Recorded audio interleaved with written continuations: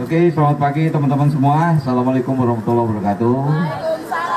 Salam sejahtera untuk kita semua. Ini hari kelima saya bekerja, semakin optimis Jakarta akan semakin menyala ini. Hari ini memang saya berkunjung ke MRT, saya ingin tahu perencanaan pengembangan seperti apa. Dan saya jujur agak tidak menyangka bahwa mereka jauh lebih cepat mempersiapkannya daripada tim transisi. Memang saya agak fokus tentang pekerjaan MRT yang menuju Harmoni sampai ke Ancol. Di situ ada beberapa, dalam arti kata bukan kendala besar, tapi misalnya masalah lahan, itu juga menjadi kendala. Tapi insya Allah akan bisa kita selesaikan. Nah juga hari ini Pak Sekda dan beberapa kepala dinas mendampingi saya untuk saya tahu apa permasalahan dan bisa segera kita hadapi bersama-sama. Kemudian nanti saya akan ke Balai Kota, saya akan naik busway untuk juga saya tahu permasalahannya apa. Mudah-mudahan kita bisa menyelesaikan semua permasalahan Jakarta dengan waktu yang cepat. Cepat nih barangkali mudah-mudahan dalam waktu 5 tahun progresnya akan terasa.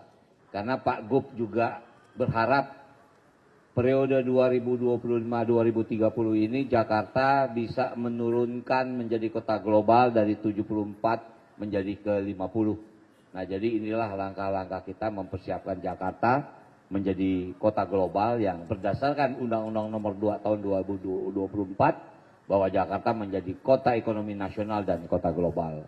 Inilah salah satu strategi yang harus kita siapkan. Bahkan nanti siang ini di Balai Kota kita rapat untuk perencanaan pengembangan selanjutnya. Mungkin itu yang bisa saya sampaikan. Silakan. Ya. Lia dari Radio Sonora tadi sepanjang perjalanan dari Lebak Bulus ke sini mungkin ada catatan khususnya baik itu dari sisi transportasi maupun mungkin pendukungnya seperti UMKM dan lain-lain seperti apa Pak Wagub? Catatan khusus yang internal tidak terlalu banyak, tapi mungkin yang lebih eksternal. Misal begini, di Pasar Jumat itu kita ada lahan yang sekarang jadi tempat parkir motor. Itu masih agak sembraut. Karena apa? Masih tanah. Saya tanya kapan itu diperbaiki. Insya Allah bulan Mei ini itu akan menjadikan satu area parkir yang cukup baik. Misalnya seperti itu. Tapi juga ada perencanaan lain. Misalnya kita akan bikin area parkir 7 tingkat ya. Rencana 7 tingkat di daerah itu. Untuk apa? Bisa menangkap daya tampung masyarakat yang ada di selatan. Mudah-mudahan saudara kita yang di Tangsel dari Tangerang masuk Jakarta nggak perlu pakai kendaraan pribadi, cukup parkir di sana dia bisa naik MRT sampai kemana dia mau. Misal itu. Kalau yang outside-nya nggak terlalu. Tadi saya sengaja lihat ke Blok M, saya jujur kaget. Saya tahu tadi Blok M itu maaf bukan berarti kata dia sempat drop. Blok M itu kan drop karena ekonomi kan. Tapi sekarang dengan ada MRT bisa connect ke mall, sekarang meningkat lagi. Blok M Plaza ya, saya mendapat informasi bahkan kenaikannya sampai 4%, 4 kali lipat kenaikan pengunjungnya. Itu kan mengindikasikan bahwa MRT yang disebut TOD itu sangat bermanfaat buat Jakarta. Misal seperti itu. Kalau yang dalam-dalam, tadi saya sudah bicara juga sama Pak Dirut.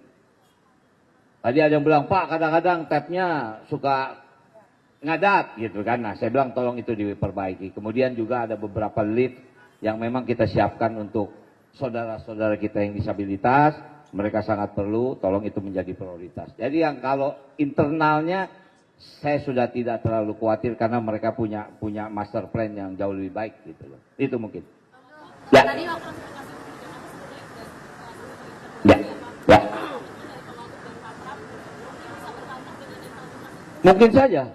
Mungkin saja. Saya bukan apa, ya mumpung di sini ada Pak Sekda. Beliau berusaha menempatkan saya di rumah dinas, tapi rumah dinas belum jadi. Jadi saya akan tinggal di rumah saya. Saya jauh lebih nyaman kalau saya ke kantor naik MRT. Saya naik dari Lebak Bulus, rumah saya di Lebak Bulus, saya turun di HI, ya mungkin mobil numpang dijemput sini saya ke Balai Kota. Jauh lebih enak buat saya. Tapi kadang-kadang memang tidak mungkin saya setiap hari karena di tengah perjalanan saya mampir juga ke tempat yang lain. Nah artinya bagi saya naik kendaraan umum di Jakarta ini jauh lebih nyaman. Lebih apa ya? Lebih tenang, tidak terlalu pusing kita dengan traffic. Mungkin itu. Pasti, mungkin seminggu sekali saya akan naik kendaraan umum, terutama MRT. Ya, oke. Ya, betul. Jadi kita memang akan memberikan, menggratiskan kepada 15 golongan. Misalnya lansia, disabilitas, kemudian pemegang KJP, kemudian ya keluarga, misalnya TNI, ABRI, Polri. Kemudian ada 15 golongan yang bisa menggunakan itu. Dan kita juga akan memperluas jaringan. Misalnya kalau kemarin kan Transjakarta. Mas Gub atau Mas Pram ingin Trans Jabodetabek, artinya kita jauhkan alurnya supaya masyarakat saudara kita yang ada di Bekasi, di Depok, di Tangerang kembali lagi datang ke Jakarta. Kita berharap tidak mereka pakai kendaraan pribadi, cukup dengan kendaraan umum yang ada di Jakarta. Mungkin itu. Ya, segera. Itu kita persiapkan. Karena itu masuk dalam program 100 hari. Gitu. Ya. Ya. Tadi waktu peninjauan sempat nyinggung ada panggung gitu, kayak panggung kreativitas gitu apa itu? Iya, saya jujur mungkin karena jiwa budaya saya tadi minta izin sama Dirut MRT. Saya bilang saya minta izin anak-anak saya bisa performance di sini. Karena ya mungkin bukan saya meng-compare dengan di luar, tapi kalau di Eropa misalnya, MRT atau apa namanya itu menjadi lahan buat mereka mengekspresikan. Nah, saya sudah banyak ketemu dengan teman-teman sahabat seniman yang kebetulan punya sekolah musik misalnya kan. Nah, jadi nanti yang tampil di sini juga kita kurasi. Mereka harus tampil bagus, main juga bagus, sehingga buat mereka yang pertama tempat berlatih. Karena anak-anak kita ini mereka sekolah tapi dia memerlukan tempat berlatih. Nah, saya lihat ini cukup efektif. Untungnya tadi Direktur MRT mengizinkan. Bahkan sudah ada program itu ya.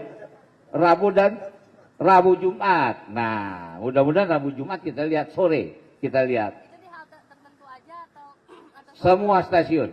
Yang memungkinkan ya. Yang memungkinkan gitu. Oke? Ya.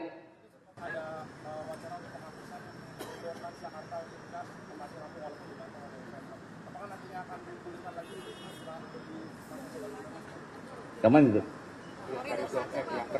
Oh, yang bersentuhan. Itu daerah Blok M ya? Itu nanti kebijakan kita akan pelajari lagi. Oke.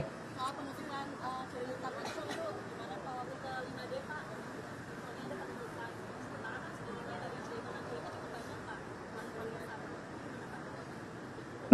Nanti coba kita pelajari. Ya, saya senang nih dapat informasi ini. Jadi saya alhamdulillah mereka dengar juga kan. Nanti saya akan tanya nih permasalahannya apa. Tapi memang mungkin begini, ini kan ada sentuhan, ada MRT, ada busway misalnya kan. Kita kalkulasi coba mana yang lebih ini. Tentu kalau masyarakat mau dalam arti kata tentu yang murah kan. Nah ini kita compare. Kalau kita tutup ini kira-kira masyarakat ini akan pindah nggak ke sini. Kalau memang tidak terjadi mitigasi, kita akan teruskan. Artinya kepentingan masyarakat jauh lebih kita utamakan. Ya. Pasti armada bertambah. Dan rute baru juga pasti. Logikanya gitu. Bayangin, kalau sekarang mungkin kalau kita terminal paling jauh di sini masuk mana? Yang di itu ya, Kampung Rambutan atau sana tuh daerah Pulau Gadung apa namanya itu? Pulau Gebang. Mungkin nanti akan kita jauhin sampai Bekasi. Tentu kita kerjasama dengan Pemda Bekasi. Ini sedang kita rencanakan. Yang pasti ini harus duduk bersama antara semua pimpinan daerah yang ada di Jabodetabek. Gitu. Ya. Ya, nanti kita berikan tempat. Tapi maaf, kita harus kita kurasi. Artinya apa ya? Ya main dia standarnya bagus. Bukan kita juga mau nyaman kan. Saya minta maaf sekali lagi kalau kita ke Eropa itu mereka punya standar main. Sehingga mereka tuh punya ID card. Tidak mungkin dia dikejar Satpol PP karena dia punya izin. Ada aturan yang harus kita berikan supaya mereka tampil nyaman, yang dengar juga nyaman. Ya mungkin kalian sering dengar lihat di TikTok kan ada orang main piano di stasiun, tiba-tiba di sebelahnya ada anak kecil main biola. Tampilannya luar biasa, semua orang yang itu yang saya mau bikin Jakarta seperti itu. Oke, terima kasih ya teman-teman.